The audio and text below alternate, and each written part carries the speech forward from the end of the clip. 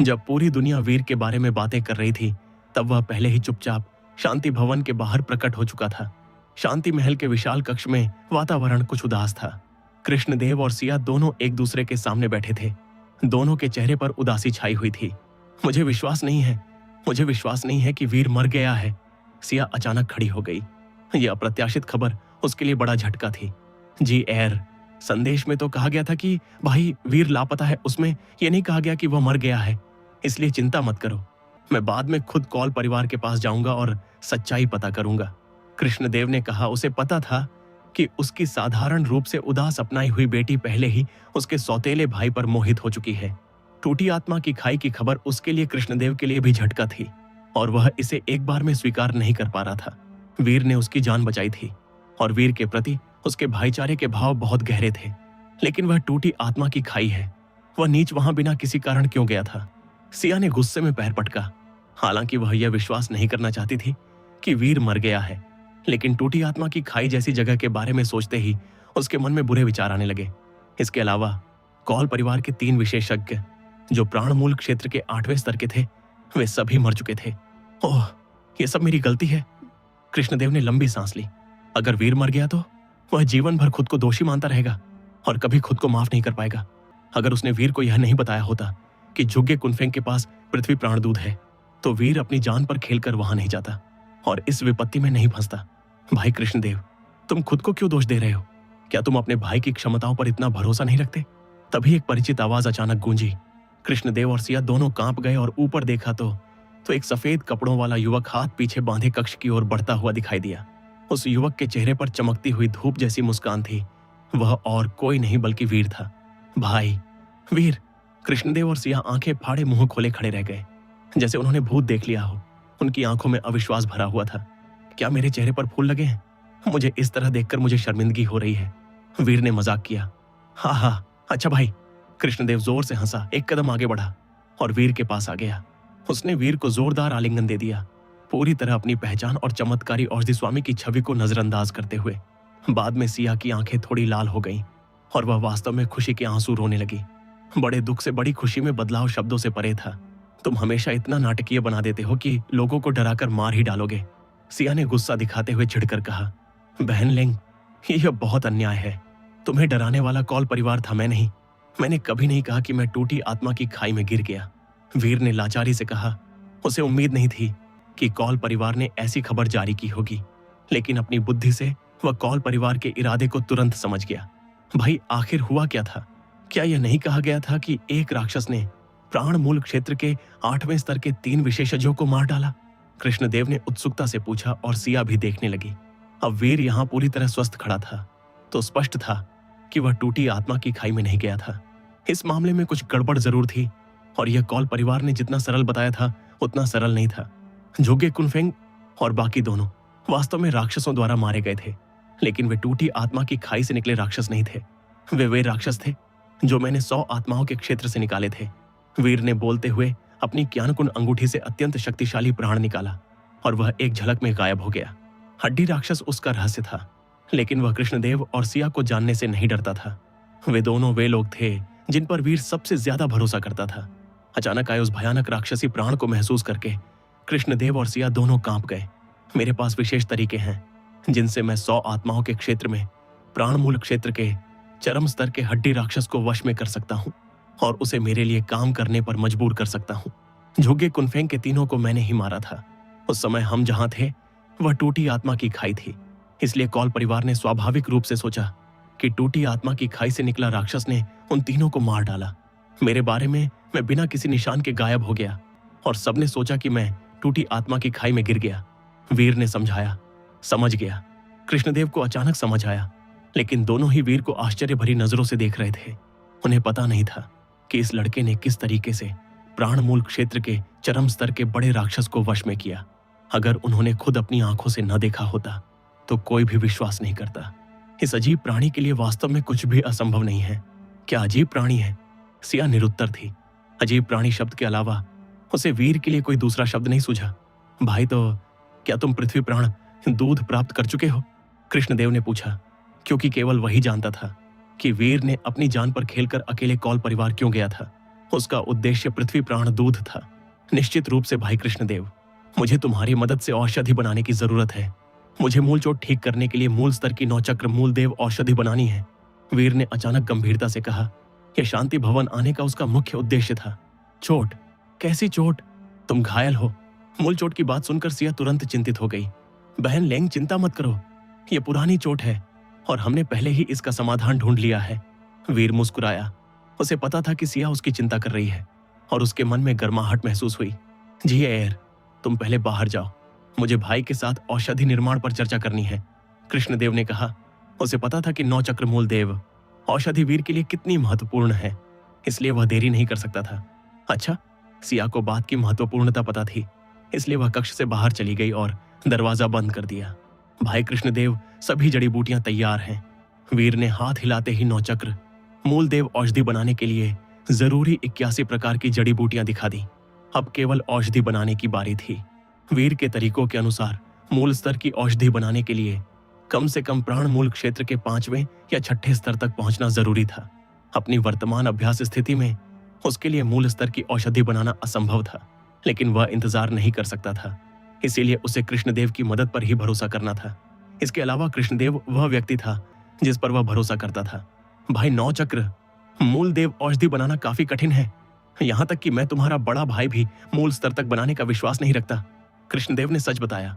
उसे पता था कि 9 चक्र मूल देव औषधि वीर के लिए कितनी महत्वपूर्ण है, इसलिए वह हल्के में वादा नहीं कर सकता था और वीर को देरी नहीं कर सकता था। भाई कृष्णदेव, चिंता मत करो, इस बार हम दोनों भाई मिलकर औषधि बनाएंगे।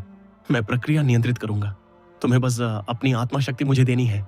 मेरे पास औषधि बनाने की कला है, लेकिन मूल स्तर की औषधि के लिए आत्मा शक्ति की कमी है। वीर मुस्कुराया। उसके शब्दों में 9 चक्र मूल देव औषधि बनाने के प्रति अतुलनीय आत्मविश्वास था, जैसे सब कुछ उसके नियंत्रण में हो। ठीक है, कोई समस्या नहीं, कृष्णदेव ने सिर हिलाया। उसने वीर की औषधि बनाने की कला को खुद देखा था और यहां तक कि उसे भी उसकी प्रशंसा करनी पड़ती थी, इसलिए वीर के आत्मविश्वास पर उसे कोई संदेह नहीं था। तो फिर शुरू करते हैं, वीर ने कहा। प्रथम स्वर्ग स्तर की आत्मा शक्ति की मदद से वह 9 चक्र मूल देव औषधि बनाने का विश्वास रखता था, जिससे उसके सारी समस्याएं हल हो जाएंगी। अच्छा, कृष्णदेव ने सिर हिलाया। इस प्रकार की संयुक्त औषधि निर्माण में आत्मा शक्ति का पूरा मेल जरूरी था, जिसके लिए औषधि बनाने वालों को एक दूसरे पर पूर्ण भरोसा होना चाहिए। अगर किसी का मन बंटा हुआ हो और महत्वपूर्ण क्षण में आत्मा शक्ति बाधा डाले तो औषधि निर्माण असफल हो जाएगा और दूसरे पक्ष को बड़ा नुकसान होगा। कृष्णदेव के लिए वीर का उससे औषधि बनाने की मदद मांगना उसके प्रति पूर्ण भरोसा था, जिससे कृष्णदेव बहुत प्रसन्न हुआ। वह वीर की पूरी मदद करेगा। कृष्णदेव के मन में अभी भी लगता था कि वह वीर पर बड़ा उपकार है, इसलिए जब वीर के लिए कुछ करने का मौका मिला तो कृष्णदेव बहुत खुश हुआ। धमाके की आवाज, वीर के शरीर से आत्मा शक्ति का एक तेज प्रवाह निकला जो पूरे कक्ष में फैल गया। वीर की शक्तिशाली आत्मा शक्ति को महसूस करके कृष्णदेव भी आश्चर्य से रह गया। भाई, तुम वास्तव में दिव्य प्राणी हो। मेरे पूरे औषधि निर्माण जीवन में मैंने असंख्य औषधि बनाने वालों को देखा है, लेकिन प्राण मूल क्षेत्र के तीसरे स्तर के किसी औषधि बनाने वाले की आत्मा शक्ति प्राण मूल क्षेत्र के चरम स्तर के करीब कभी नहीं देखी। कृष्णदेव आश्चर्य से रह गया, यहां तक कि वह भी वीर के भविष्य का अनुमान नहीं लगा सकता था। ऐसा दिव्य प्राणी भविष्य में निश्चित रूप से महान गुरु बनेगा। कम से कम चमत्कारी औषधि स्वामी उससे तुलना नहीं कर सकता। भाई कृष्णदेव, आ जाओ, वीर ने स्पष्ट स्वर में कहा। अच्छा, कृष्णदेव ने देरी नहीं की और उसकी शक्तिशाली आत्मा शक्ति निकल आई। उसकी आत्मा शक्ति दूसरे की आत्मा शक्ति के पास लगातार बढ़ने लगी। दोनों एक दूसरे पर पूर्ण भरोसा करते थे, इसलिए उनके नियंत्रण में उनकी आत्मा शक्तियां बिना किसी बाधा के जल्दी से मिल गईं। कृष्णदेव की आत्मा शक्ति की मदद से वीर की आत्मा शक्ति अभूतपूर्व चरम पर पहुंच गई। वीर ने मिश्रित मूल औषधि विधि का उपयोग किया और उसने इस विशाल आत्मा शक्ति को पूर्ण रूप से नियंत्रित कर लिया। जैसे ही वे पास आए, वीर द्वारा निकाली गई और गहन ज्वाला हृदय अग्नि के साथ मिली। लाल कमल कर्म अग्नि और भी शक्तिशाली हो गई, वास्तव में अग्नियों का राजा। हाथ हिलाकर वीर ने 1 दर्जन से अधिक जड़ी बूटियां अग्नि सागर में उड़ा दी। मिश्रित अग्निविधि के नियंत्रण में वे जड़ी बूटियां एक साथ परिष्कृत हो गईं और उनकी सार जल्दी निकल आई। 1 दर्जन से अधिक जड़ी बूटियों के परिष्करण पूरा होने से पहले वीर ने हाथ हिलाया और दूसरी दर्जन जड़ी बूटियां उड़कर अग्निसागर में गिर गईं और परिष्करण शुरू हो गया। ये पागलपन है। इतनी उत्तम अग्नि नियंत्रण और आत्मा शक्ति का प्रभुत्व मेरी पहुंच से बाहर है। कृष्णदेव का आश्चर्य शुरू से ही नहीं रुका। वीर के तरीके बहुत चतुर थे। इतनी प्रकार की जड़ी बूटियों को एक साथ परिष्कृत करना, आत्मा शक्ति और अग्नि पर नियंत्रण कितना उत्तम होना चाहिए। केवल सच्चे महान औषधि गुरु ही इस स्तर तक पहुंच सकते हैं। यह पूर्णता की अवस्था है जिसका हर औषधि बनाने वाला जीवन भर पीछा करता है। कृष्णदेव को उम्मीद नहीं थी कि वह अपने जीवन में ऐसी अवस्था देखेगा, खासकर प्राण मूल क्षेत्र के तीसरे स्तर के एक युवक में। वास्तव में कृष्णदेव ने वीर की औषधि कला को उसके जन्मदिन समारोह में पहले ही अनुभव किया था, लेकिन आज उसकी मदद से वीर ने 9 चक्र मूल देव औषधि बनाई, जिससे कृष्णदेव को पता चला कि वीर की औषधि कला पहले से कहीं अधिक शक्तिशाली हो गई है। फुंकार, अग्नि लपटें उठी और घर के अंदर तापमान अचानक बढ़ गया। यह कृष्णदेव की निजी संपत्ति थी, इसलिए किसी के आने की चिंता नहीं थी। सामान्यतः केवल सिया ही यहां स्वतंत्र रूप से आ जा सकती थी। अब सिया को पता था कि वीर और कृष्णदेव औषधि बनाने में मेहनत कर रहे हैं, इसलिए वह आसानी से अंदर नहीं आएगी। 9 चक्र मूल देव औषधि बनाना आसान नहीं है। मूल स्तर की औषधियां भी आसानी से नहीं बनती। इसके अलावा वीर ने इस 9 चक्र मूल देव औषधि के लिए अत्यंत उच्च मांग रखी थी, इसलिए वह औषधि बनाने में विशेष सावधानी और सतर्कता बरत रहा था। इस औषधि निर्माण सत्र में पूरे 5 या 6 घंटे लग गए। अग्नि लपटें उठ रही थी, वीर पसीने से तर था और कृष्णदेव भी थोड़ा थका दिख रहा था। अग्निसागर में एक दूधिया सफेद औषधि धीरे धीरे आकार ले रही थी और धीरे धीरे ठोस हो रही थी। खुलो, वीर ने चिल्लाकर कहा और दूधिया सफेद औषधि अग्निसागर से बाहर उड़ाई। वीर ने जल्दी से अग्नि वापस ली और फिर कृष्णदेव से कहा, भाई कृष्णदेव, अपनी आत्मा शक्ति वापस ले लो। वीर की याद दिलाने से पहले ही कृष्णदेव ने अपनी आत्मा शक्ति वापस ले ली। वीर ने भी अपनी आत्मा शक्ति शरीर में संभाली। उसने औषधि को सीधे हाथ में पकड़ लिया। औषधि के हाथ में आने के क्षण में एक गर्माहट उसकी आत्मा को छू गई, जिससे वीर को अकल्पनीय आराम महसूस हुआ। उसकी सुप्त जीवनसार तेजी से हिलने लगी। ये बन गई। कोने में छिपे काले वायु की आंखें चमक उठी। 9 चक्र मूलदेव औषधि के सफल निर्माण का मतलब था कि वीर की मूल समस्या हल हो गई। जैसी उम्मीद थी, मूल स्तर की औषधि इतनी शुद्ध है, तुम्हारी खोई हुई जीवनसार को ठीक करना समस्या नहीं होनी चाहिए। कृष्णदेव ने वीर के हाथ में औषधि को देखा और बहुत उत्साहित होकर कहा, यह उसके जीवन की सबसे पूर्ण औषधि थी। हालांकि उसने खुद नहीं बनाई थी, लेकिन उसका कम से कम आधा श्रेय था। किसी औषधि बनाने वाले के लिए यह गर्व की बात थी। यह औषधि मूल स्तर की निम्न श्रेणी की है, जो मेरी जीवनसार को ठीक करने के लिए पर्याप्त है। भाई कृष्णदेव, मैं शांति भवन में कुछ समय के लिए एकांत में रह सकता हूँ।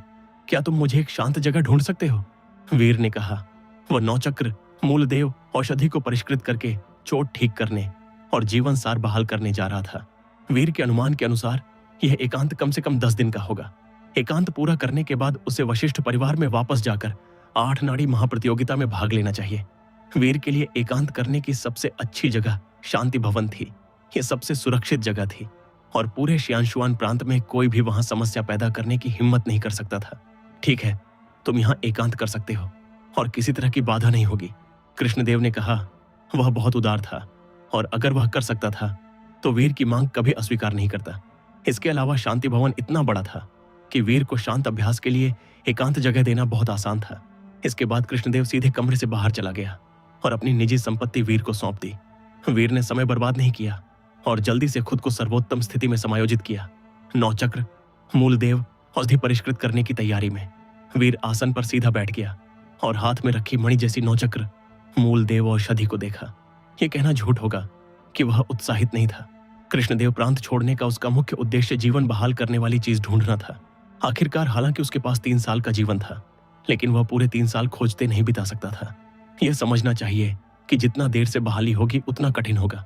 अगर वीर को 9 चक्र मूलदेव औषधि ढूंढने के लिए 2 साल और इंतजार करना पड़ता तो तब तक वह मूल रूप से अपंग हो जाता। न केवल उसका अभ्यास आगे नहीं बढ़ता बल्कि पीछे भी हट जाता। सबसे महत्वपूर्ण बात यह कि तब तक उसकी जीवन शक्ति लगभग समाप्त हो जाती और 9 चक्र मूलदेव औषधि की मदद से भी वह पूरी तरह ठीक नहीं हो पाता। वीर का अभ्यास वर्तमान में प्राण मूल क्षेत्र के तीसरे स्तर के चरम पर अटका हुआ था। प्राण मूल क्षेत्र के चौथे स्तर तक पहुंचना उसके लिए पहले ही बहुत कठिन था। उसकी तीसरी आत्मा शरीर को सक्रिय करना तो दूर की बात थी। स्पष्ट रूप से कहें तो वीर अब खतरनाक क्षण पर था। इस समय 9 चक्र मूलदेव औषधि को परिष्कृत करके मूल समस्या हल करना सबसे उचित था। तुम पर निर्भर है। वीर ने गहरी सांस ली और सारी उम्मीदें 9 चक्र मूलदेव औषधि पर रख दी। उसे विश्वास था कि 9 चक्र मूलदेव औषधि निश्चित रूप से उसकी समस्या पूरी तरह हल कर देगी, क्योंकि 9 चक्र मूलदेव औषधि मिश्रित मूल औषधि ग्रंथ में दी गई औषधि थी और वीर मिश्रित मूल औषधि ग्रंथ पर भरोसा करता था। वीर के पास मजबूत शरीर और अतुलनीय जन्मजात दैवीय शरीर था। उसने 9 चक्र मूल देव औषधि को एक घूंट में निगल लिया। सामान्य प्राणमूल क्षेत्र के अभ्यासी के लिए मूल स्तर की औषधि को इस जंगली तरीके से परिष्कृत करना संभव नहीं था।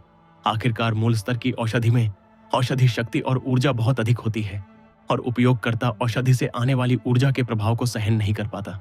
अगर सावधानी न बरती जाए तो फटकर मर भी सकता है। लेकिन वीर बिल्कुल चिंतित नहीं था। उसके पास जन्मजात दैवीय शरीर था जो सबसे शक्तिशाली ऊर्जा को भी सहन कर सकता था। धमाके की आवाज 9 चक्र मूल देव औषधि के शरीर में प्रवेश करते ही हिंसक ऊर्जा तुरंत फैल गई। वीर के अंग प्रत्यंगों और हड्डियों पर हमला किया और फिर वीर की मूल गहराई में घुस गई। अभूतपूर्व आराम की अनुभूति वीर के मन को भर गई, जिससे उसका शरीर अनियंत्रित रूप से कांपने लगा, जैसे लंबे समय से सूखा खट्टा फल पानी पाले या लंबे समय से सूखी झील अचानक मूसलाधार बारिश में भीग जाए। वीर का पूरा शरीर औषधि शक्ति को पागलों की तरह सोखने लगा। वीर को स्पष्ट रूप से महसूस हुआ कि उसकी सुप्त जीवन शक्ति फिर से सक्रिय हो रही है और उसकी जीवन शक्ति धीरे धीरे बहाल हो रही है। जो अभूतपूर्व उत्तेजना की अनुभूति थी, वीर के शरीर पर असामान्य चमक फैल गई और वह 9 चक्र मूल देव औषधि को सावधानी से परिष्कृत कर रहा था। जरा सी भी लापरवाही नहीं बरत रहा था। वीर के लिए यह सबसे धीमी परिष्करण प्रक्रिया होगी। उसकी जीवन सार की सक्रियता और बहाली रातों रात नहीं हो सकती। यह धीरे धीरे होने वाली प्रक्रिया है। वीर के अनुमान के अनुसार यह एकांत कम से कम 10 दिन चलेगा। हालांकि वीर जल्दबाजी में नहीं था। वह 10 दिन इंतजार कर सकता था या 1 महीना या 100 दिन भी। जीवन सार बहाल करने की तुलना में वशिष्ठ परिवार की प्रतियोगिता महत्वपूर्ण नहीं थी। इस क्षण वीर ने सारी छोटी मोटी बातें और सारे विचार छोड़ दिए और केवल जीवन सार बहाल करने पर ध्यान केंद्रित कर लिया। समय धीरे धीरे बीतता गया। सूर्योदय और सूर्यास्त, दिन और रात बदलती गई और 10 दिन जल्दी बीत गए। इन 10 दिनों में किसी ने वीर के एकांत अभ्यास स्थान पर बाधा नहीं डाली। कृष्णदेव और सिया कुछ बार आए, लेकिन उन्होंने केवल दरवाजे को देखा और चले गए। उस दिन कृष्णदेव और सिया फिर आए। दरवाजा अभी भी कसकर बंद देखकर सिया थोड़ी चिंतित होने लगी। गॉडफादर, मुझे पता नहीं वीर अभी कैसा है। क्या उसकी चोट गंभीर थी? वह इतने लंबे समय तक क्यों ठीक हो रहा है? सिया ने पूछा। ये वास्तव में बहुत गंभीर है। जीवन सार का नुकसान कोई मजाक नहीं है। ये जीवन जलाना है। मुझे सच में पता नहीं मेरे भाई ने क्या अनुभव किया होगा कि उसने ऐसा पागल काम किया। लेकिन उस क्षण 9 चक्र मूलदेव औषधि उसके लिए पर्याप्त होनी चाहिए। प्रक्रिया खुद धीमी है और इसे जल्दबाजी नहीं की जा सकती, कृष्णदेव ने कहा। वशिष्ठ परिवार की 8 नाड़ी प्रतियोगिता अभी पूरी तरह गर्म है और भीनमाल प्रांत पूरी तरह अराजक है। वीर इन कुछ दिनों में नहीं दिखा और ज्यादातर लोग सोचते हैं कि वह टूटी आत्मा की खाई में गिरकर मर गया। यहां तक कि वशिष्ठ परिवार भी ऐसा ही सोचता है। 8 नाड़ी प्रतियोगिता शुरू होने में केवल 1.5 दिन बचा है और मुझे उम्मीद है कि वह समय पर वापस पहुंचकर भाग ले सके। सिया ने कहा कि वशिष्ठ परिवार की 8 नाड़ी प्रतियोगिता शियान या भीनमाल प्रांत दोनों के लिए बड़ी बात नहीं है। केवल इस साल की प्रतियोगिता भीनमाल प्रांत के वशिष्ठ पर्वत पर होने के कारण यह बड़ी बात बन गई है। वशिष्ठ परिवार की महाप्रतियोगिता के सामने वीर और प्रमुख शक्तियों के बीच के झगड़े महत्वहीन लगने लगे थे। इसके अलावा वीर के टूटी आत्मा की खाई में गिरने की खबर फैलने के बाद ज्यादातर लोग सोचते थे कि वीर मर गया। यहाँ तक कि शत्रु शक्तियां भी वीर पर ज्यादा ध्यान नहीं दे रही थी। हालांकि सिया समझती थी कि वशिष्ठ परिवार की यह प्रतियोगिता वीर के लिए नाम कमाने का बड़ा मौका थी। आखिरकार वीर जैसे व्यक्ति भीनमाल प्रांत जैसे छोटे स्थान पर हमेशा नहीं रह सकते। जल्द या देर वह बड़े मंच पर जाएगा और स्वर्ण प्रांत जाएगा। 8 नाड़ी प्रतियोगिता उसके लिए विशेष रूप से महत्वपूर्ण थी। अगर प्रतियोगिता में अच्छे परिणाम मिले तो स्वर्ण प्रांत परिवार मुख्यालय में प्रवेश के लिए अच्छा आधार बनेगा। तुम सही कह रही हो। देखते हैं कि वह आज एकांत से बाहर आता है या नहीं। अगर आ गया तो अपनी गति से वह वशिष्ठ परिवार में वापस पहुंचकर 8 नाड़ी महाप्रतियोगिता में भाग ले सकता है। कृष्णदेव ने बंद दरवाजे को देखकर कहा। धमाके की आवाज। जैसे ही कृष्णदेव ने बात पूरी की, कमरे से अत्यंत शक्तिशाली ऊर्जा का उतार चढ़ाव अचानक निकला, जैसे तूफान उठ रहा हो। यह वीर है। सिया की आंखें चमक उठी। लगता है वह एकांत से बाहर आने वाला है। उसकी गति से लगता है कि वह प्राणमूल क्षेत्र के 4थे स्तर पर पहुंचने वाला है। लगता है 9 चक्र मूलदेव औषधि ने उसे काफी लाभ पहुंचाया है। कृष्णदेव खुशी से बोला। कमरे के अंदर वीर के काले बाल हवा के बिना हिल रहे थे और उसकी नई खुली आंखें चमक रही थीं, जो कमरे में लहरें पैदा कर रही थीं। वह बड़ी संख्या में आत्मा पत्थरों को परिष्कृत करते हुए प्राणमूल क्षेत्र के 4थे स्तर पर पहुंचने का प्रयास कर रहा था। 10 दिनों में उसकी क्षतिग्रस्त जीवन सार 9 चक्र मूल देव औषधि की मदद से पूरी तरह बहाल हो गई थी। और उसकी जीवन शक्ति अब काफी तेज थी। जीवन सार बहाल होते ही वह तुरंत प्राण मूल क्षेत्र के चौथे स्तर की बाधा तोड़ गया। जल्दी ही वीर का अभ्यास स्तर प्राण मूल क्षेत्र के चौथे स्तर पर पहुंच गया, लेकिन प्राण मूल क्षेत्र के चौथे स्तर पर पहुंचने के बाद भी उसकी गति नहीं रुकी। आखिरकार नौचक्र, मूलदेव औषधि की औषधि शक्ति बहुत मजबूत थी और उसके शक्तिशाली प्रभाव अब दिखने लगे थे। सबसे सीधा परिणाम यह था कि वीर का अभ्यास स्तर प्राण मूल क्षेत्र के चौथे स्तर पर पहुंचने के बाद भी बढ़ रहा था। वीर के अनुमान के अनुसार प्राण मूल क्षेत्र के चौथे स्तर के चरम तक पहुंचना समस्या नहीं थी, लेकिन प्राण मूल क्षेत्र के 5वें स्तर तक पहुंचना थोड़ा कठिन होगा। 1 घंटे बाद वीर की प्राण शांत हो गई। जैसा उसने अनुमान लगाया था, उसका अभ्यास स्तर प्राण मूल क्षेत्र के चौथे स्तर के चरम पर रह गया। केवल 5वें स्तर से 1 कदम दूर उसे किसी भी समय 5वें स्तर पर पहुंचने के लिए केवल एक अवसर चाहिए था। इसके अलावा वीर की मूल चोट पूरी तरह ठीक हो गई थी और अब उसे चिंता करने की जरूरत नहीं थी कि ऐसी चोट उसके अभ्यास आगे बढ़ने में बाधा डालेगी। अब कोई विशेष रूप से कठिन बाधा नहीं होगी। दुख की बात है कि तीसरी आत्मा शरीर अभी सक्रिय नहीं हुई, शायद जीवन स्रोत की कमी बहुत अधिक होने के कारण। तीसरी आत्मा शरीर को सक्रिय करने के लिए एक उत्तेजक की जरूरत है, वीर ने मन में सोचा। वह हमेशा अपनी तीसरी आत्मा शरीर का इंतजार कर रहा था। उसने सोचा था कि जीवन सार बहाल होने के बाद तीसरी आत्मा शरीर सक्रिय हो जाएगी। अब वह थोड़ा निराश था, लेकिन वीर जल्दबाजी में नहीं था। उसे पता था कि सब कुछ पूर्व निर्धारित है, खासकर उसका जन्मजात दैवीय शरीर। नौआत्मा शरीर इतनी आसानी से नियंत्रित नहीं होते। वह सब कुछ प्राकृतिक रूप से होने देगा। अभ्यास के मार्ग पर घमंड और अधीरता से बचना चाहिए, वरना बड़ी उपलब्धियां पाना कठिन होगा। हाँ, अच्छा है, बहुत अच्छा है। प्राण मूल क्षेत्र के चौथे स्तर का चरम। लगता है इस वशिष्ठ परिवार की प्रतियोगिता में तुम्हारा कोई मुकाबला नहीं कर सकता। काला वायु जोर से हंसा और वीर के कंधे पर कूद गया। 8 नाड़ी महाप्रतियोगिता। ओह प्रिय, मैं तो भूल ही गया था। मुझे जल्दी वापस जाना चाहिए, अभी भी समय होना चाहिए। काले वायु की याद दिलाने पर वीर ने माथे पर हाथ मारा और तभी उसे 8 नाड़ी महाप्रतियोगिता याद आई। अब चोट ठीक हो गई थी और अभ्यास बढ़ गया था, तो उसके लिए 8 नाड़ी महाप्रतियोगिता से ज्यादा महत्वपूर्ण कुछ नहीं था। चरमर। वीर ने दरवाजा खोला और बाहर आया तो देखा कृष्णदेव और सिया उसे गौर से देख रहे थे। उसने एक झटके में प्राण मूल क्षेत्र के चौथे स्तर के चरम तक पहुंच लिया है। लगता है वह पूरी तरह ठीक हो गया है। कृष्णदेव मुस्कुराकर बोला। वीर का वर्तमान अभ्यास स्तर नौचक्र मूलदेव औषधि की प्रभावशीलता दिखा रहा था। वीर की चोट पूरी तरह ठीक हो गई थी। ये पिछले 10 दिन व्यर्थ नहीं गए और कौल परिवार की यात्रा भी व्यर्थ नहीं गई। भाई कृष्णदेव, बहन लेंग, मुझे अब वशिष्ठ परिवार वापस जाना है। हम फिर बात करेंगे, वीर ने कहा। जल्दी वापस जाओ। अगर तुम अब वशिष्ठ परिवार की ओर चलो तो 8 नाड़ी महाप्रतियोगिता में भाग ले सकते हो, सिया ने कहा। वह चिंतित थी कि वीर समय पर वापस नहीं पहुंच पाएगा, लेकिन अब वीर एकांत से बाहर आ गया था, इसलिए वह निश्चिंत हो सकती थी। हालांकि समय कम था, लेकिन वीर की गति पर्याप्त होगी। ठीक है भाई। कृष्णदेव, बहन लेंग, विदा। वीर ने मुट्ठी बांधकर अभिवादन किया, फिर हवा में उड़कर अपनी स्वतंत्रता पंखों को छोड़ दिया और जल्दी से शांति भवन छोड़कर क्षितिज में गायब हो गया। ये लड़का शायद जल्दी ही शियान और भीनमाल प्रांत दोनों प्रांतों में वास्तविक अराजकता फैला देगा। वीर के गायब होने वाली जगह को देखकर कृष्णदेव अनायास बोल पड़ा। हाँ, अपनी वर्तमान अभ्यास स्थिति के साथ वह 8 नाड़ी महाप्रतियोगिता में निश्चित रूप से चमकेगा। प्रतियोगिता के परिणाम सार्वजनिक होंगे और ये खबर कि वह टूटी आत्मा की खाई में नहीं गिरा भी दुनिया को पता चल जाएगी। लेकिन उस समय उसे जो सामना करना होगा वह शायद वास्तविक तूफान होगा, सिया ने कहा। उसके शब्दों में चिंता भरी हुई थी। इतिहास में बड़ी उपलब्धियां हासिल करने वाले सभी ने धरती हिला देने वाले काम किए हैं। मेरा भाई सच्चा पुरुष सिंह है और उसके भविष्य की उपलब्धियां निश्चित रूप से असीमित होंगी। शियान और भीनमाल पे प्रांतों के अंतिम शक्ति संतुलन को शायद वास्तव में उसी के कारण बदल दिया जाएगा। कृष्णदेव ने सांस ली, लेकिन उसके लिए शियान और भीनमाल प्रांतों की स्थिति विपत्ति के रूप में वर्णित की जा सकती है, सिया ने कहा। विपत्ति का सामना करो और विपरीत परिस्थिति में राह निकालो। दबाव भी प्रेरणा है। लगता है हमेशा बहुत से लोग उसे मारना चाहते थे, लेकिन वह अभी भी स्वस्थ और किसी से बेहतर है। बस देखो, मेरा भाई इतनी आसानी से मरने वाला नहीं है। कृष्णदेव मुस्कुराया। उसके शब्दों में वीर के प्रति आत्मविश्वास भरा हुआ था। अगला दिन वशिष्ठ परिवार के लिए सबसे रोमांचक दिन था। सालाना 8 शाखा प्रतियोगिता वास्तव में वशिष्ठ परिवार के लिए बड़ा आयोजन था। युवा पीढ़ी की चरम प्रतियोगिता। सभी शाखाएं पूरी ताकत लगा रही थीं, प्रतियोगिता में चमकना चाहती थी और निर्जन राज्य की मुख्य शाखा का ध्यान आकर्षित करना चाहती थी। वशिष्ठ परिवार ने इस महाप्रतियोगिता की तैयारी में बहुत मेहनत की थी। उन्होंने वशिष्ठ पर्वतों के बाहरी किनारे पर 8 पर्वत शिखर काटे थे। इनमें से 7 शिखर परिवार की 7 शाखाओं के प्रतिभागियों के रहने के लिए थे। दूसरे शिखर पर एक पर्वत को आधा काटकर विशाल चौक बनाया गया था। चौक कई वर्ग मील क्षेत्र में फैला था और बड़ी संख्या में लोगों को समाहित कर सकता था।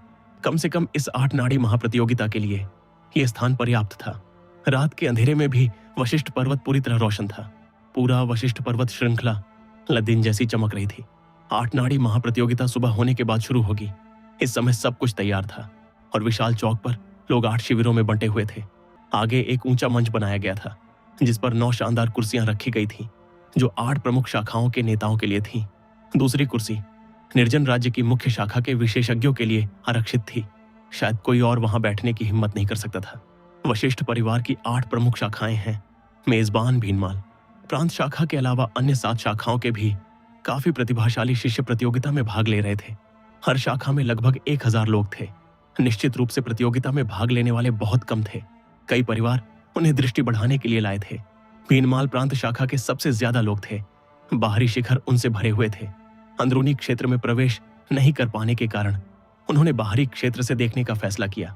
मेजबान होने के नाते 8 शाखा महाप्रतियोगिता हर 8 साल में एक बार होती थी और भीनामाल प्रांत शाखा के शिष्यों के रूप में वे ऐसी बड़ी घटना को मिस नहीं कर सकते थे।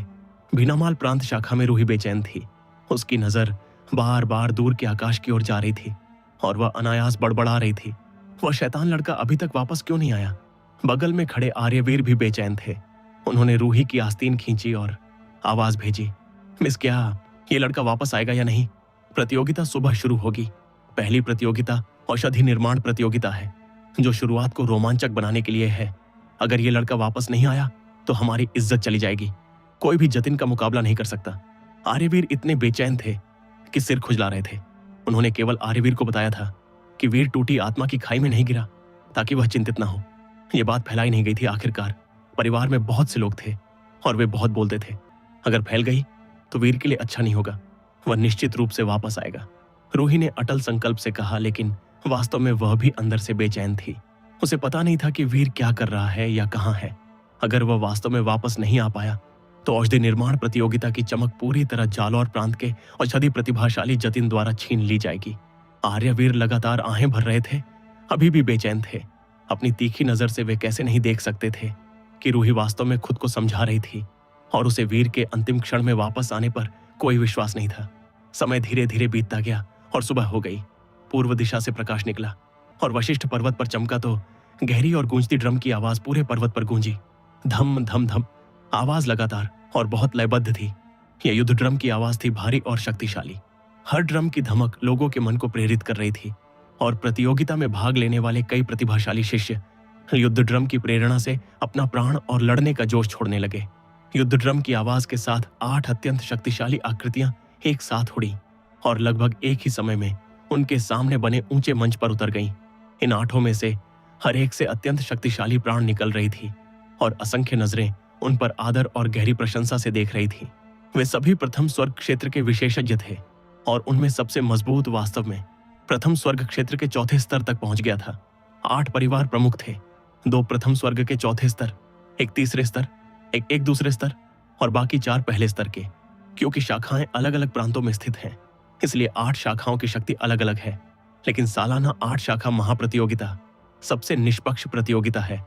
सभी 8 परिवार प्रमुखों की स्थिति और पद समान है और कोई एक दूसरे से कम नहीं है।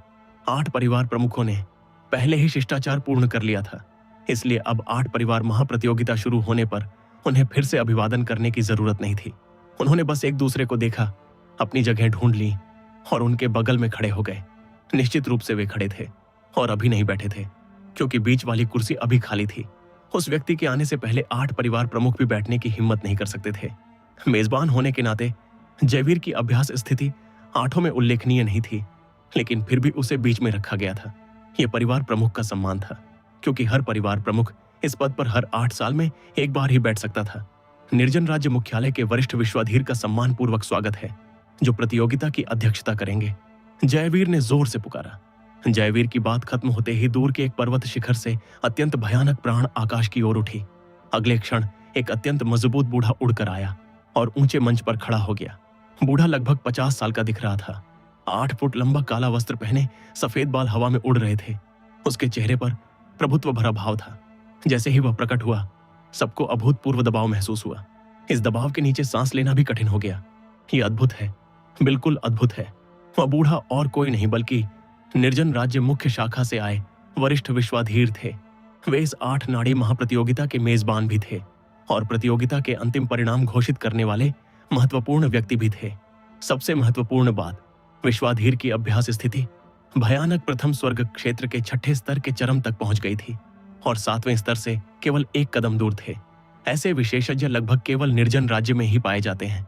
पूर्वी निर्जन में 36 प्रांत हैं, लेकिन ज्यादातर बहुत बड़े नहीं हैं। स्पष्ट रूप से कहें तो बाकी 35 प्रांत मिलकर निर्जन राज्य जितने बड़े नहीं हैं।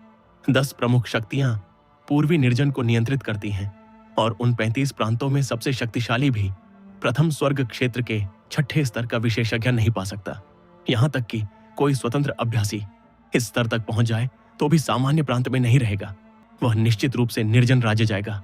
पूरे पूर्वी निर्जन के लिए निर्जन राज्य आधार और सच्चा केंद्र है। इस विशाल निर्जन भूमि में प्रथम स्वर्ग क्षेत्र के विशेषज्ञों की तो बात ही क्या, आत्मा राजा भी आम है। देखो, वह मुख्य शक्ति से निकला गुरु है। उसकी शक्ति वास्तव में अद्भुत है। हाँ, निर्जन राज्य पूर्वी निर्जन का आधार है।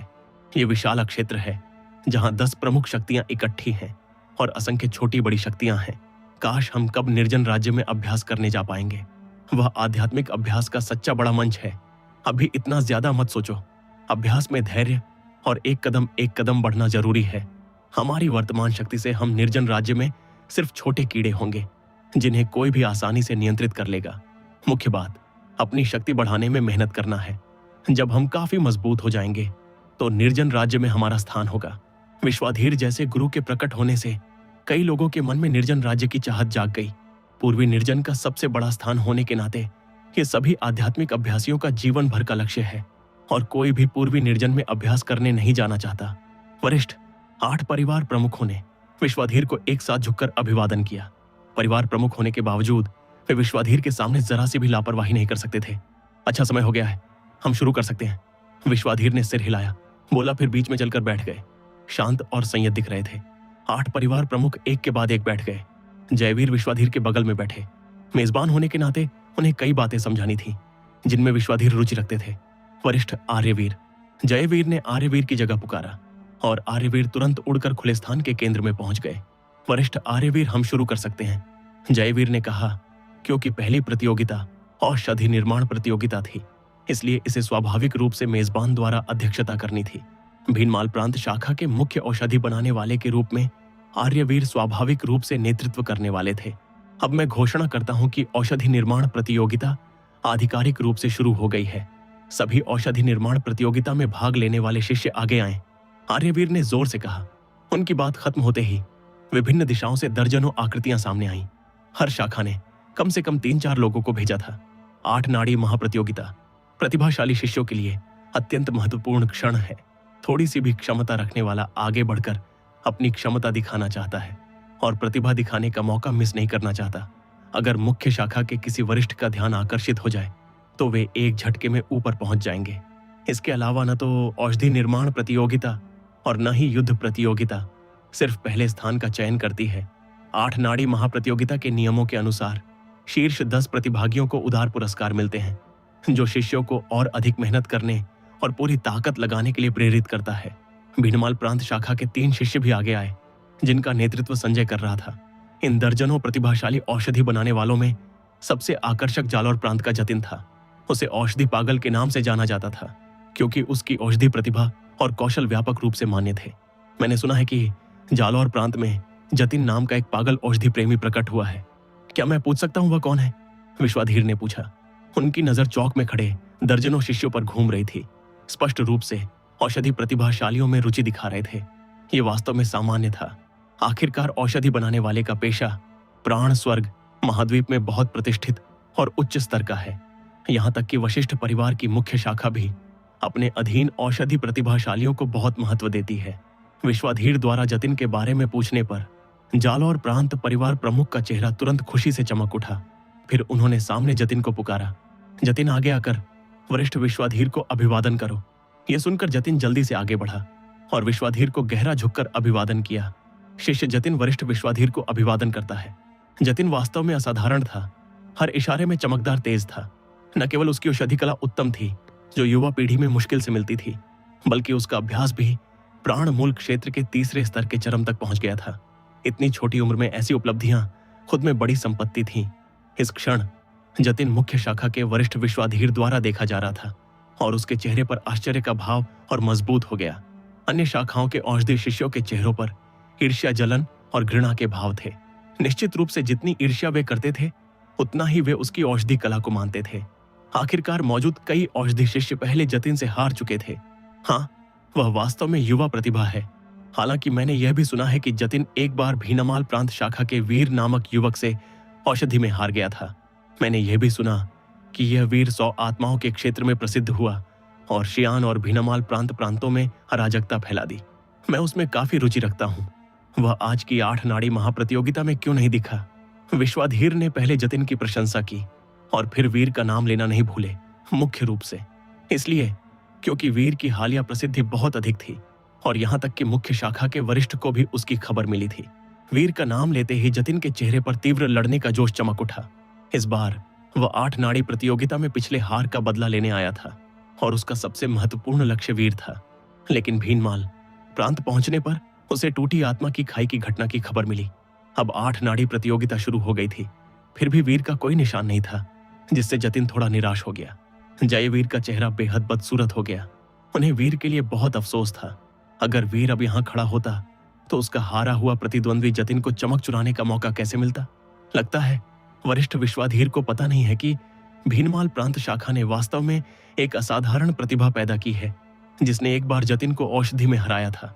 बस अफसोस कि वह हाल ही में कौल परिवार से कुछ चुराने गया और फिर खतरनाक टूटी आत्मा की खाई में गिर गया। आह, क्या बेकार चली गई प्रतिभा।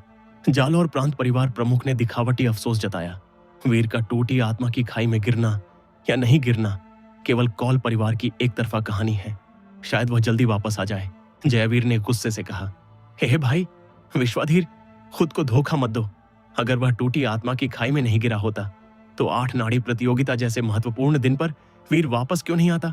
अब यहाँ इतने विशेषज्ञ हैं, अगर वीर वापस आ भी जाता तो वे शत्रु हमारे द्वार पर दस्तक देने की हिम्मत नहीं करते। जालौर प्रांत परिवार प्रमुख हंसा और बाकी परिवार प्रमुख भी मुस्कुराए। आखिरकार वे एक दूसरे से कड़ी प्रतिस्पर्धा में थे और भीनमाल प्रांत शाखा से कोई अतुलनीय प्रतिभा निकलकर उनकी छाया नहीं डालना चाहते थे। अब वीर प्रतियोगिता में भाग लेने वापस नहीं आ सका तो वह अपने परिवार के लिए गौरव लाने का मौका खो चुका था, जो स्वाभाविक रूप से अन्य परिवार प्रमुखों की इच्छा थी। ये बहुत अफसोस की बात है। स्वर्ग प्रतिभाओं से ईर्ष्या करता है। नानशान उदास मत हो, हर किसी का अपना भाग्य होता है। अगर वीर मर गया तो कह सकते हैं कि वह भाग्यशाली नहीं था। अभ्यास का मार्ग स्वाभाविक रूप से क्रूर है। विश्वाधीर ने सांस ली और जयवीर के कंधे पर थपकी दी सांत्वना के रूप में। उन्हें अच्छी तरह पता था कि सच्ची उभरती प्रतिभा परिवार प्रमुख जयवीर के लिए क्या मायने रखती है। आह, अगर सीनियर भाई वीर यहाँ होते। हाँ, देखो जतिन का घमंडी रवैया। अगर सीनियर भाई वीर यहाँ होते तो क्या वह अभी भी इतना घमंडी होने की हिम्मत करता? मुझे डर है कि सीनियर भाई वीर वापस नहीं आएंगे। ये दिल तोड़ने वाला है। तस्किया, वशिष्ठ परिवार के शिष्यों के चेहरों पर दुख भरे भाव थे। 8 नाड़ी प्रतियोगिता में वीर के बिना पूरी भीनमाल प्रांत शाखा खुश नहीं हो सकती थी। ठीक है, शुरू करते हैं। वरिष्ठ आर्यवीर, तुम प्रश्न तय करो। विश्वाधीर ने देखा कि नीचे के शिष्य वीर नाम से तीव्र भावनात्मक उतार चढ़ाव महसूस कर रहे थे, इसलिए उन्होंने जल्दी विषय बदल दिया। हाँ, वरिष्ठ विश्वाधीर। आर्यवीर ने मुट्ठी बांधकर अभिवादन किया, फिर औषधि निर्माण प्रतियोगिता में भाग लेने वाले शिष्यों की ओर मुड़कर जोर से बोले, अब मैं प्रतियोगिता का विषय घोषित करता हूँ। तुम में से हर एक को केवल एक मौका मिलेगा औषधि बनाने का। थोड़ी देर में तुम में से हर एक को काली औषधि बनाने के लिए जड़ी बूटियों का एक सेट मिलेगा। काली औषधि वह औषधि है जो प्राण और रक्त को भरती है। मुझे विश्वास है कि यहाँ मौजूद हर किसी ने इसके संपर्क में आया है। आज की प्रतियोगिता के परिणाम तुम्हारे द्वारा बनाई गई काली औषधि की गुणवत्ता पर निर्भर करेंगे।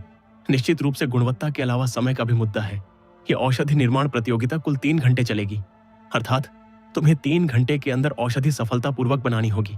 अगर 3 घंटे में सफल नहीं हुए तो तुम असफल माने जाओगे। केवल 3 घंटे के अंदर सफल होने वाले ही अंतिम दौर में तुलना के योग्य होंगे। समान गुणवत्ता वाली औषधियों में सबसे कम समय लेने वाली विजेता होगी।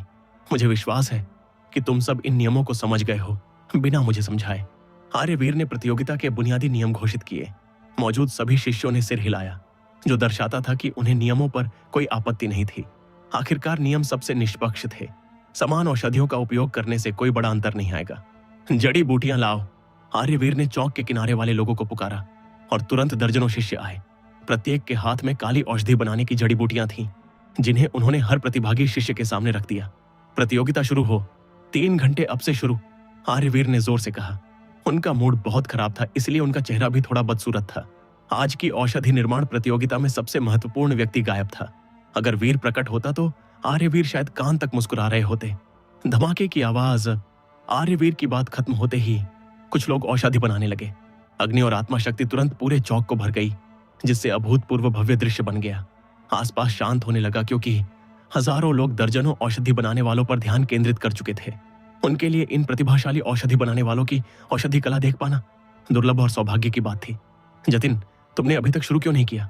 जयपुर का प्रतिभाशाली औषधि बनाने वाला जतिन को देखकर बोला। इस क्षण जतिन शांत और संयत था। बाकी सब औषधि बनाने लगे थे, लेकिन वह पूरी तरह आराम से था और जल्दी शुरू करने का कोई इरादा नहीं दिखा रहा था। तुम इतनी जल्दबाजी क्यों कर रहे हो? मेरे लिए काली औषधि बनाना एक केक का टुकड़ा है। औषधि निर्माण की बात करें तो तुम में से कोई मेरा मुकाबला नहीं कर सकता। मैं जतिन तुम्हें गंभीरता से नहीं लेता। बस अफसोस कि वीर यहाँ नहीं है, वरना मैं निश्चित रूप से अपना अपमान का बदला ले सकता। वशिष्ठ परिवार की 8 शाखाओं में केवल वीर ही मेरा मुकाबला करने की क्षमता रखता है। जतिन अविश्वसनीय घमंड से बोला। उसकी आंखें लगभग सिर के ऊपर तैर रही थीं। जतिन के शब्दों से प्रतियोगिता में भाग लेने वाले प्रतिभाशाली शिष्यों की नाकें गुस्से से टेढ़ी हो गईं। कुछ लोग ऐसे होते हैं जो एक वाक्य से ही नफरत भड़का देते हैं। शापित हो या रवैया क्या है? वह तो पहले सीनियर भाई वीर से हारा था। अगर सीनियर भाई वीर आज यहाँ होते तो क्या वह अभी भी ऐसा रवैया दिखाने की हिम्मत करता? यह गुस्सा दिलाने वाला है। क्या वह वास्तव में सोचता है कि वह औषधि में अजेय है? औषधि पागल का खिताब उसने खुद को दिया है। ठीक है, बात बंद करो। इस लड़के को अपना मूड प्रभावित न करने दो।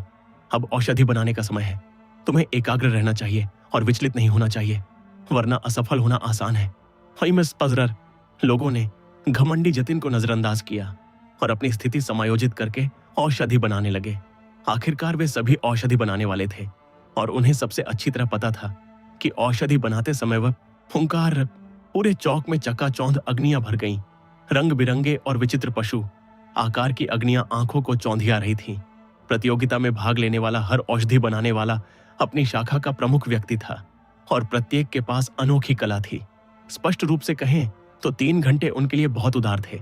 वे सभी आत्मविश्वास रखते थे कि वे काली औषधि सफलतापूर्वक बना लेंगे।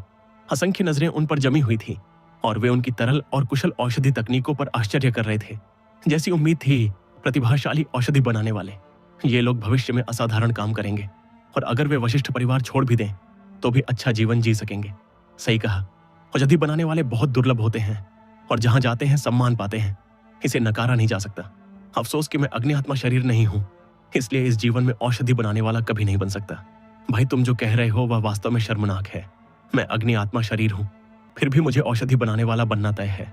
हर अग्नि आत्मा शरीर औषधि बनाने वाला नहीं बन सकता। औषधि बनाने वालों को केवल अग्नि से ज्यादा की जरूरत होती है। खास तहत कई लोग आश्चर्य कर रहे थे। उनकी आंखों में ईर्ष्या और जलन दिख रही थी। ऊंचे मंच पर विश्वाधीर और 8 परिवार प्रमुख भी बड़े ध्यान से देख रहे थे। प्राण स्वर्ग महाद्वीप में कोई भी शक्ति या व्यक्ति औषधि बनाने वालों में रुचि नहीं रखता। वशिष्ठ परिवार के लिए औषधि बनाने वाले एक शक्तिशाली संसाधन है, चाहे शाखा में हो या मुख्य शाखा में। वरना वे सालाना 8 शाखा महाप्रतियोगिता में विशेष औषधि निर्माण प्रतियोगिता का आयोजन नहीं करते। एक एक जड़ी बूटियां औषधि बनाने वालों द्वारा अग्निसागर में फेंकी जा रही थी और व्यवस्थित रूप से परिष्कृत की जा रही थी। पलक झपकते ही आधा घंटा बीत गया और तभी जतिन ने हिलना शुरू किया। देखो जतिन, अब कार्यवाही करने वाला है। मैं खुद देखना चाहता हूं कि किंवदंती का औषधि पागल वास्तव में इतना अद्भुत है या नहीं। वह बहुत घमंडी है और सबको तुच्छ समझता है। वह वास्तव में सक्षम होना चाहिए, क्योंकि मुख्यालय के वरिष्ठ भी उसे जानते हैं। तो क्या हुआ? वह फिर भी वीर से हारा था, केवल इसलिए कि वीर आज यहां नहीं है। अगर वीर प्रकट होता तो जतिन अलग नहीं दिखता। हाँ, जब भी लोग जतिन के घमंडी रवैये को देखते हैं तो उन्हें वीर का ख्याल आ जाता है। लेकिन चाहे वे कितना भी न मानना चाहे, उन्हें यह स्वीकार करना पड़ता है कि जतिन की औषधि कला वास्तव में असाधारण है। वह युवा पीढ़ी का सच्चा प्रमुख है, जिसे कई लोग केवल ऊपर से देख सकते हैं। अब जतिन औषधि बनाने लगा था तो स्वाभाविक रूप से उसने असंख्य नजरें आकर्षित कर ली। जतिन की औषधि कला उत्तम थी, चाहे अग्नि पर उसका नियंत्रण हो या आत्मा शक्ति की मजबूती, वह दूसरों से कहीं आगे था। एक एक जड़ी बूटियां उसके हाथों में परिष्कृत हो रही थी और उनकी सार निकाली जा रही थी। पूरी औषधि निर्माण प्रक्रिया तरल और सुंदर थी। हर चाल अविश्वसनीय रूप से यूया लग रही थी, दर्शकों को मोहित कर रही थी। वास्तव में उसे औषधि बनाते देखना आनंद है। वह वास्तव में औषधि पागल खिताब का हकदार है। वरिष्ठ विश्वाधीर ने प्रशंसा में सिर हिलाया और जालौर प्रांत परिवार प्रमुख का चेहरा खुशी से चमक उठा। आखिरकार जतिन उनकी जालौर प्रांत शाखा का पहला शिष्य था जिसे मुख्यालय से प्रशंसा मिली थी, जो स्वाभाविक रूप से परिवार प्रमुख के रूप में उसे बहुत गर्वित कर रही थी। इसके अलावा अगर जतिन पहले स्थान पर आता है तो जतिन को दिए गए पुरस्कार के अलावा मुख्य शाखा को भी पुरस्कार देगी। सबसे महत्वपूर्ण बात यह कि ऐसी उपलब्धि मुख्य शाखा में दर्ज होगी और परिवार प्रमुख के रूप में उसे भी प्रशस्ति पत्र मिलेगा। ये वास्तव में बड़ी खबर है, क्योंकि मुख्यालय से जुड़ी कोई भी बात अत्यंत महत्वपूर्ण होती है। 1 घंटे बाद एक स्पष्ट फटने की आवाज आई और एक औषधि जतिन की अग्नि से चमकदार तेज के साथ बाहर निकल आई। जतिन ने अपनी अग्नि और आत्मा शक्ति वापस ली और औषधि को लापरवाही से हाथ में पकड़ लिया। केवल 1 घंटे में काली औषधि पूरी हो गई। फुंकार, यह दृश्य तुरंत हंगामा मचा गया। तुम्हें पता होना चाहिए कि जतिन ने पहले आधा घंटा आराम किया था। वह सबसे आखिर में औषधि बनाने शुरू किया था, लेकिन सबसे पहले सफल हुआ। ऐसी कला की प्रशंसा किए बिना नहीं रह सकते। अच्छा, हाँ, विश्वाधीर ने कुर्सी की बांह पर थपकी दी और अच्छा चिल्लाए। जतिन घमंड भरे अंदाज में बनाई गई औषधि उठाकर आर्यवीर को सौंपी। वरिष्ठ आर्यवीर, ये वे औषधियां हैं जो मैंने बनाई हैं, कृपया उनका मूल्यांकन करें। आर्यवीर ने औषधि ली, अच्छी तरह जांच की और यहां तक कि वे भी प्रशंसा में सिर हिलाने लगे। जतिन ने 1 घंटे में 90% आत्मा श्रेणी मध्य स्तर की काली औषधि बनाई। आर्यवीर ने जोर से घोषणा की। क्या? ये सुनकर कई लोग आश्चर्य से चिल्ला पड़े। कोई शांत नहीं रह सका। यहां तक कि औषधि निर्माण के अंतिम चरण में लगे शिष्य भी हिलने लगे। मेरे देवता, 90% पूर्ण औषधि 10% पूर्ण औषधि के बाद दूसरी सबसे अच्छी है। इसके अलावा उसका अभ्यास प्राणमूल क्षेत्र के तीसरे स्तर का है, फिर भी वह मध्य श्रेणी आत्मा स्तर की औषधि बना सकता है। यह बहुत अद्भुत है। यह अद्भुत है। कोई आश्चर्य नहीं कि उसे औषधि पागल कहा जाता है। वह घमंडी है, लेकिन उसे घमंड करने का अधिकार है। उसकी औषधि कला युवा पीढ़ी में बेजोड़ है। यह बिल्कुल अविश्वसनीय है। अगर कोई अप्रत्याशित न हुआ तो इस साल की 8 नाड़ी महाप्रतियोगिता में औषधि निर्माण का चैंपियन निश्चित रूप से जतिन होगा। ये कहने की जरूरत नहीं है कोई और दुर्घटना होने की संभावना बिल्कुल नहीं है। बाकी औषधि बनाने वालों को देखो, हालांकि वे काफी कुशल हैं, लेकिन कौन? मध्य श्रेणी आत्मा, भले ही कुछ मध्य श्रेणी आत्मा स्तर की औषधि बना ले, लेकिन कौन 90% पूर्ण औषधि बना सकता है? हम सब आश्चर्य में थे। जतिन की प्रतिभा वास्तव में असाधारण थी।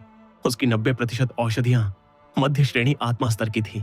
ऐसी उपलब्धि वाकई आश्चर्यजनक थी। यहां तक कि आर्यवीर को भी उसकी प्रशंसा करनी पड़ी, क्योंकि आर्यवीर खुद जानते थे कि वे ऐसी औषधि नहीं बना सकते। दूसरे शब्दों में जतिन की औषधि बनाने की कला उनसे आगे निकल चुकी थी। जतिन का पहला स्थान लगभग तय था। बाकी औषधि बनाने वाले अभी अंतिम मेल में व्यस्त थे और सब बहुत गंभीर थे। उनके लिए पहले स्थान की लड़ाई की योजना नहीं थी, लेकिन वे बाकी पदों के लिए पूरी कोशिश करना चाहते थे। आखिरकार इस प्रतियोगिता के शीर्ष 10 को काफी पुरस्कार मिलते हैं। अगले आधे घंटे में प्रतिभाशालियों ने लगातार औषधियां सफलतापूर्वक बनाई और फिर औषधियां आर्यवीर को सौंपी। अंतिम परिणाम फिर आर्यवीर द्वारा मूल्यांकित किए जाने थे। भीनमाल प्रांत का संजय मध्य श्रेणी आत्मा स्तर काली औषधि 70% पूर्ण। आर्यवीर ने संजय के परिणाम घोषित किए। वह मध्य श्रेणी आत्मा स्तर की औषधि बना सका था। हालांकि केवल 70% पूर्ण थी, लेकिन आर्यवीर बहुत संतुष्ट थे। अगर कोई अप्रत्याशित न हुआ तो संजय का शीर्ष 5 में स्थान लगभग तय था। शेखावाटी का विवान निम्न श्रेणी आत्मस्तर काली औषधि 7वां पूर्ण। जयपुर का हुआंगमेंग मध्य श्रेणी आत्मस्तर काली औषधि 60% पूर्ण। छोटे प्रांत का कोरियन भाषा निम्न श्रेणी आत्मस्तर काली औषधि 90% पूर्ण। इक्सा हाकुपिरिल आर्यवीर ने हर औषधि और उसके स्तर को एक एक करके नाम लिया, जिससे रैंकिंग काफी स्पष्ट हो गई। अंतिम शिष्य का नाम घोषित होने के बाद औषधि निर्माण प्रतियोगिता आधिकारिक रूप से समाप्त हो गई। हालांकि 3 घंटे की अवधि में से केवल 2 घंटे से थोड़ा ज्यादा बीता था। यह समय पर्याप्त था, जो दर्शाता था कि मौजूद कोई भी औषधि बनाने वाला आसान प्रतिद्वंद्वी नहीं था। प्रत्येक के पास अत्यंत मजबूत कौशल और प्रतिभा थी। शापित हो वह वास्तव में नहीं दिखा। भीनमाल प्रांत समूह के सामने रूही गुस्से से भरी दिख रही थी। औषधि निर्माण समाप्त होने के बाद भी जिसकी वह उम्मीद कर रही थी वह अभी तक नहीं आया था, जैसे वह वास्तव में बिना निशान के गायब हो गया हो। यह बेहद निराशाजनक था। जतिन निश्चित रूप से नंबर 1 है। उसकी 90% औषधियां मध्य श्रेणी, आत्मा स्तर काली औषधियां हैं, किसी की तुलना नहीं कर सकता। ये लड़का वास्तव में युवा पीढ़ी का सबसे अच्छा औषधि बनाने वाला कहलाने लायक है। मैंने सुना है कि इस औषधि निर्माण प्रतियोगिता का पहला पुरस्कार अविश्वसनीय उदार है। 9 रंग का कमल हृदय। हाँ, 9 रंग का कमल हृदय अनमोल है, लेकिन ऐसे खजाने केवल सक्षम के लिए हैं और हम केवल ईर्ष्या कर सकते हैं। हिंग दी की कुलिशपाक 9 रंग के कमल हृदय का जिक्र करते ही कई लोगों के चेहरों पर ईर्ष्या दिखी, लेकिन निश्चित रूप से केवल ईर्ष्या। वरिष्ठ आर्यवीर प्रतियोगिता समाप्त हो गई है, कृपया परिणाम घोषित करें, जाल और प्रांत परिवार प्रमुख ने कहा। परिणाम पहले ही स्पष्ट था, लेकिन फिर भी उन्हें आर्यवीर द्वारा घोषणा का इंतजार करना था। उस समय परिवार प्रमुख के रूप में उनका बहुत सम्मान होगा। जतिन ने उनकी शाखा के लिए बड़ा योगदान दिया था। आर्यवीर का भाव काफी अप्रिय था, लेकिन उन्हें मजबूरन मुस्कुराना पड़ा। उन्होंने दूर के आकाश की ओर देखा और अनायास सांस ली। उन्हें पता था कि जिसकी वे उम्मीद कर रहे थे वह अंततः केवल उम्मीद थी, या यूं कहें कि वे सपना देख रहे थे। ठीक है, औषधि निर्माण प्रतियोगिता समाप्त हो गई है। अब मैं परिणाम घोषित करता हूँ। जालो और प्रांत का जतिन ने सफलतापूर्वक मध्य श्रेणी आत्मा स्तर काली औषधि बनाई, 90% पूर्ण। यह मेरी सबसे अच्छी है, इसलिए आर्यवीर जोर से बोल रहे थे। और जैसे ही वे अंतिम शब्द कहने वाले थे, दूर से अचानक एक आवाज गूंजी। 1 मिनट रुको। एक आवाज जैसे वज्रपात आर्यवीर की बात पूरी होने से पहले ही बीच में आ गई। इस बहुत परिचित आवाज को सुनकर आर्यवीर अनायास कांप गए। उन्होंने दूर देखा और एक सफेद कपड़ों वाला युवक हवा में चलता हुआ दिखाई दिया। युवक आकर्षक और प्रभुत्वपूर्ण था। उसके कंधे पर काला बिल्ला बैठा था। वह और कोई नहीं बल्कि वीर था। क्या इस लड़के को इतना नाटकीय बनाना ही पड़ता है? आर्यवीर मुस्कुराए। उन्हें सपने में भी उम्मीद नहीं थी कि वीर सबसे महत्वपूर्ण क्षण में, जब पूरी भीनमाल प्रांत शाखा निराशा में डूबी हुई थी, प्रकट होगा। देखो, यह सीनियर भाई वीर है। सीनियर भाई वीर वापस आ गए हैं। हा हा हा, ये बहुत अच्छा है। मुझे पता था सीनियर भाई वीर इतनी आसानी से नहीं मर सकते थे। टूटी आत्मा की खाई में गिरने की कहानी केवल कौल परिवार की एक तरफा कहानी है। सीनियर भाई वीर वापस आ गए हैं। हाँ, इस बार 8 नाड़ी महाप्रतियोगिता रोमांच से भर जाएगी। कि वशिष्ठ परिवार के शिष्य खुशी से चीखने और उछलने लगे। दूर के पर्वत शिखरों पर बड़ी संख्या में शिष्य जोर से चिल्ला रहे थे। उनकी आवाजें तेज और स्पष्ट थीं। स्पष्ट था कि वीर भीनमाल प्रांत शाखा में खासकर युवा पीढ़ी के शिष्यों में बहुत लोकप्रिय था। वह लगभग मूर्ति जैसा था। जैसे ही वह प्रकट हुआ, उसने सारा ध्यान आकर्षित कर लिया। असंख्य चमकती आंखें उस पर पड़ी, जिससे वह चमकदार सितारा लग रहा था। तुम छोटे शैतान, मैं तुम्हें बाद में सबक सिखाऊंगा। रूही चिढ़कर दिख रही थी, लेकिन जब उसने वीर को अंत में प्रकट होते देखा तो उसकी आंखों में वास्तविक उत्साह और खुशी भर गई। क्या वह वीर है? क्या वह टूटी आत्मा की खाई में नहीं गिरा था? लगता है वह झूठ था। यह वीर है जिसने शियान और भीनमाल प्रांत दोनों प्रांतों में अराजकता मचा दी। मुझे उम्मीद नहीं थी कि वह इतना युवा होगा। उसकी अभ्यास स्थिति से लगता है कि वह पहले ही प्राणमूल क्षेत्र के 4थे स्तर तक पहुंच गया है। हालांकि इतनी अभ्यास स्थिति के साथ दोनों प्रांतों में अराजकता मचाना वाकई आश्चर्यजनक है। मैंने पहले सुना था कि जतिन ने एक बार 8 नाड़ी चुनौती दी थी, लेकिन अंततः भीनमाल प्रांत शाखा से हार गया, वीर से हार गया। आज इस व्यक्ति को व्यक्तिगत रूप से देख पाना यात्रा के योग्य है। सज़की तहमना 8 शिखरों के शिष्य चर्चा कर रहे थे कि वीर के प्रकट होने से सब कुछ पूरी तरह बिगड़ गया था। उसकी प्रसिद्धि इतनी बड़ी थी कि जहां जाता था ध्यान आकर्षित कर लेता था। जतिन का चेहरा थोड़ा गंभीर हो गया और उसकी आंखों में वीर को देखते हुए तीव्र आग भरी हुई थी। ये तीव्र लड़ने का जोश और पिछले हार का बदला लेने का संकल्प था। वह कभी नहीं भूला था जब वह वीर से हारा था। उसने मूल रूप से सोचा था कि वह वीर को पूरी तरह दबा सकता है, लेकिन उसे उम्मीद नहीं थी कि वीर का अभ्यास स्तर पहले ही उससे आगे निकल गया था। इसके अलावा वीर अब भीनमाल प्रांत में प्रसिद्ध व्यक्ति बन गया था और उसकी प्रसिद्धि उसे एक औषधि बनाने वाले से कहीं आगे थी। वीर आकाश से उतरा और चौक पर उतर गया। उसने आर्यवीर को मुट्ठी बांधकर अभिवादन किया और कहा, वरिष्ठ विश्वाधीर, क्या प्रतियोगिता के परिणाम घोषित करना थोड़ा जल्दबाजी नहीं है? तुम छोटे शरारती। आर्यवीर की मुस्कान फूल जैसी सुंदर थी। वीर आगे आकर वरिष्ठ यिंगकोंग को अभिवादन करो। जयवीर ने जोर से पुकारा और प्रतियोगिता शुरू होने के बाद पहली बार इस परिवार प्रमुख के चेहरे पर मुस्कान आई। वीर ने लापरवाही नहीं की और आगे बढ़कर बीच में बैठे विश्वाधीर को झुककर अभिवादन किया। शिष्य वीर वरिष्ठ विश्वाधीर को अभिवादन करता है। अच्छा लड़का, मैंने सुना है कि तुमने शियान और भीनमाल प्रांतों में काफी हलचल मचा दी थी। मैंने सोचा था कि तुम टूटी आत्मा की खाई में गिरकर मर गए। मुझे उम्मीद नहीं थी कि तुम अभी भी 8 नाड़ी महाप्रतियोगिता में प्रकट हो जाओगे। अच्छा है, मैंने सुना है कि तुम्हारी औषधि कला भी बेहद अच्छी है। तुमने औषधि पागल कहे जाने वाले जतिन को भी हराया था। आज खुद देखने का सही मौका है। विश्वाधीर मुस्कुराकर बोले। वीर के प्रकट होते ही उनकी नजर लगातार वीर को ऊपर से नीचे देख रही थी। स्पष्ट था कि वे इस प्रसिद्ध युवक से और अधिक संतुष्ट हो रहे थे। निश्चित रूप से विश्वाधीर और अधिक जानना चाहते थे कि क्या यह वीर वास्तव में सक्षम है और क्या वह अपनी प्रसिद्धि के योग्य है। वरिष्ठ विश्वाधीर, औषधि निर्माण प्रतियोगिता समाप्त हो गई है। नियमों के अनुसार भले ही वीर वापस आए, वह अब भाग लेने योग्य नहीं है। जालौर प्रांत परिवार प्रमुख बोले। जालौर प्रांत परिवार प्रमुख स्वाभाविक रूप से अंतिम क्षण में अप्रत्याशित आश्चर्य नहीं चाहते थे। परिणाम पहले ही स्पष्ट था। पहला स्थान उनकी जालौर प्रांत को मिल गया था। जालौर प्रांत के लिए यह अतुलनीय सम्मान था। अगर कोई और होता तो परिवार प्रमुख के रूप में वे बोलने के लिए नहीं खड़े होते, लेकिन वे वीर की बहुत परवाह करते थे। आखिरकार जतिन की एकमात्र हार इस युवक के हाथों हुई थी। वरिष्ठ विश्वाधीर, पहले बताए गए नियमों के अनुसार औषधि निर्माण प्रतियोगिता 3 घंटे चलेगी। प्रतियोगिता अब भी समाप्त नहीं हुई है और अभी भी लगभग 1 घंटा बचा है। जब तक प्रतियोगिता समय के अंदर है, 8 नाड़ी के सभी शिष्य आगे बढ़कर प्रतियोगिता में भाग लेने योग्य हैं। इसलिए वीर भी योग्य है। निश्चित रूप से उसे निर्धारित समय में काली औषधि सफलतापूर्वक बनानी होगी, वरना भले ही वह प्रतियोगिता में भाग ले, वह असफल माना जाएगा। आर्यवीर ने कहा, मजाक कर रहे हो? मैं वीर को ऐसे महत्वपूर्ण क्षण में यह मौका कैसे छोड़ने दे सकता हूं? इसके अलावा मुझे वीर की औषधि कला बहुत अच्छी तरह पता है। अभी भी लगभग 1 घंटा बचा है, जो वीर के लिए पर्याप्त है। हाँ, निर्धारित समय नहीं बीता है, इसलिए वीर प्रतियोगिता में भाग लेने योग्य है। विश्वाधीर ने सिर हिलाकर कहा।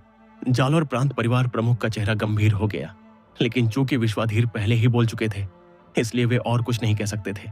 इसके अलावा प्रतियोगिता समय वाकई नहीं बीता था। इस बिंदु पर जालौर प्रांत परिवार प्रमुख केवल प्रार्थना कर सकते थे कि वीर अंतिम क्षण में काली औषधि न बना पाए। भले ही बना ले, वह जतिन से उच्च श्रेणी की ना हो।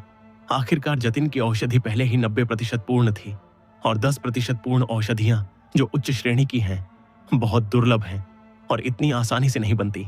वीर, अपनी औषधि निर्माण शुरू करो। इस वरिष्ठ को अपनी औषधि कला दिखाओ। विश्वाधीर ने खुद घोषणा की। बगल में खड़े जयवीर मुस्कुराते नहीं रुक पा रहे थे। उन्हें अपने शिष्य पर पूरा विश्वास था। वास्तव में वीर को जीवित और स्वस्थ अपने सामने देखकर जयवीर बेहद खुश थे, जैसे उन्होंने खोया हुआ खजाना पा लिया हो। रूही ने खुद आगे बढ़कर वीर को काली औषधि बनाने की जड़ी बूटियों का एक सेट ला कर दिया। छोटी मिस, वीर हंसा, तुम मुझे निराश मत करना, वरना तुम्हें परिणाम पता होना चाहिए, रूही ने दांत पीस कर कहा, जिससे वीर इतना डर गया कि उसने जल्दी से जीभ निकाल दी। चिंता मत करो मिस, जतिन तो बस हारा हुआ प्रतिद्वंद्वी है, वीर ने मजाक किया। उसने अपनी आवाज दबाने की कोशिश नहीं की, जिससे लगभग हर कोई सुन ले।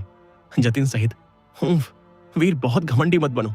भले ही तुम्हारा अभ्यास अब मजबूत हो गया हो, मुझे विश्वास नहीं है कि तुम 100% आत्मा श्रेणी की औषधि बना सकते हो, जतिन ने ठंडे स्वर में कहा। काला वायु जा जाकर तमाशा देखो। वीर ने काले वायु को अपने कंधे पर थपकी दी और काला वायु समझ गया और रूही के कंधे पर कूद गया। वीर ने जतिन की ओर देखा और धीरे से बोला, लगता है तुमने उस समय मेरी मार खाने के बाद खुद को नहीं छोड़ा, जो अच्छी बात। हालांकि तुम हारे हुए प्रतिद्वंद्वी के रूप में मेरे सामने ऐसी बातें नहीं कहनी चाहिए। चूंकि ऐसा है तो आज मैं तुम्हें फिर से मारूंगा। वीर के पास असाधारण संयम था और शुरू से अंत तक उसने जतिन को गंभीरता से नहीं लिया था। वह तिरस्कार वाकई जतिन के आत्मसम्मान को चोट पहुंचा रहा था। वह औषधि पागल था, युवा पीढ़ी के औषधि बनाने वालों में प्रमुख व्यक्ति था। जहां जाता था ध्यान का केंद्र बन जाता था। थोड़ी देर पहले वह असंख्य लोगों द्वारा सम्मानित हो रहा था, लेकिन इस लड़के के प्रकट होते ही उसने सारी उसकी चमक छीन ली और उसे फीका कर दिया। सबसे महत्वपूर्ण बात यह कि वह वीर के व्यंग्य का जवाब बिल्कुल नहीं दे सकता था, क्योंकि वह पहले वीर से हार चुका था और वह सच्चा हारा हुआ प्रतिद्वंद्वी था, जो निर्विवाद सत्य था। हा, जतिन का अपमान हो गया। उसका पिछला घमंड पूरी तरह गायब हो गया। वीर के सामने वह चाहे कितना भी घमंड करना चाहे, अब नहीं कर सकता। हमेशा कोई ना कोई बेहतर होता है। वीर बहुत चमकदार है, वह तो अपनी उपस्थिति से ही जीत गया। देखो, परिणाम अब भी नहीं आए हैं। मैं भी देखना चाहता हूं कि इस लड़के की औषधि कला कितनी कुशल है, जिसने औषधि पागल जतिन को हराया था। हाँ, घमंड के लिए पूंजी चाहिए। कोई वास्तव में सक्षम है या नहीं, यह उसके कार्यों से पता चलेगा। देखते हैं कि वीर वास्तव में जतिन से बेहतर काली औषधि बना पाता है या नहीं, तब बात करेंगे। वीर के सामने जतिन का अपमान होने से असंख्य लोगों को बहुत संतोष मिला। आखिरकार वीर के प्रकट होने से पहले जतिन बहुत घमंडी था और सबको तुच्छ समझता था। वीर ने एक हाथ पीछे बांध रखा था आराम से और बेफिक्र दिख रहा था। बचे हुए समय की चिंता नहीं थी। धमाके की आवाज, असंख्य लोगों की नजरों के सामने। वीर ने अपनी शक्तिशाली अग्नि छोड़ दी। उसके बाद आत्मा शक्ति का तेज प्रवाह आया। आत्मा शक्ति छोड़ते ही सभी औषधि बनाने वालों के चेहरे बदल गए, जतिन सहित। इतनी शक्तिशाली आत्मा शक्ति, उसकी आत्मा शक्ति इतनी मजबूत कैसे हो सकती है? उसका अभ्यास स्तर केवल प्राण मूल क्षेत्र के चौथे स्तर का है, लेकिन उसकी आत्मा शक्ति शायद प्राण मूल क्षेत्र के चरम तक पहुंच गई है। क्या प्रतिभाशाली है! अब मुझे समझ आया कि वह जतिन को क्यों हरा सका। देखते हैं कि वह जतिन से बेहतर श्रेणी की औषधि बना पाता है या नहीं। अगर वह उच्च श्रेणी आत्मा स्तर की औषधि बना ले तो वह जीत जाता है, या वह पूर्ण मध्य श्रेणी आत्मा स्तर की औषधि बना ले। हालांकि न तो उच्च श्रेणी आत्मा स्तर की औषधि और न ही पूर्ण मध्य श्रेणी आत्मा स्तर की औषधि आसानी से बनती है। इस असीम वीर की आत्मा शक्ति ने पहले ही हलचल मचा दी थी। अब असंख्य लोग वीर की औषधि कला से भरी उम्मीदें रख रहे थे और देखना चाहते थे कि वह किस श्रेणी की औषधि बना पाता है। छपाक! असंख्य लोगों की नजरों के सामने वीर ने हाथ हिलाया और काली औषधि बनाने की 20 से अधिक प्रकार की जड़ी बूटियां अग्निसागर में फेंक दी। ये देखकर पूरा चौक तुरंत हंगामे में आ गया। शापित हो, यह क्या हो रहा है? कौन इस तरह औषधि बनाता है? कई औषधि बनाने वाले खून थूकने वाले थे। 20 से अधिक प्रकार की जड़ी बूटियों को एक साथ सार निकालना केवल सच्चा औषधि गुरु ही कर सकता है। अब वीर इतना साहसी हो रहा था। वे सोच रहे थे कि क्या वह वास्तव में आत्मविश्वासी है या उसे औषधि निर्माण की समझ ही नहीं है। हालांकि जो बाद में हुआ वह निराशा से आश्चर्य और विस्मय में बदल गया। 20 से अधिक प्रकार की जड़ी बूटियां वीर के अग्निसागर में एक साथ परिष्कृत हो रही थीं। 3 मिनट के अंदर सारी सार निकल आई। कई लोगों को आश्चर्य से उभरने का मौका भी नहीं मिला था कि वीर ने पहले ही अंतिम मेल का चरण शुरू कर दिया था। अच्छी रणनीति। विश्वाधीर अनायास प्रशंसा कर बैठे। उनकी आंखें चमक उठी और वे उत्साह से अपनी सीट से खड़े हो गए। बाकी परिवार प्रमुख भी खड़े हो गए। हर किसी की आंखों में आश्चर्य था। उन्होंने पहले कभी इतनी उत्तम औषधि कला नहीं देखी थी।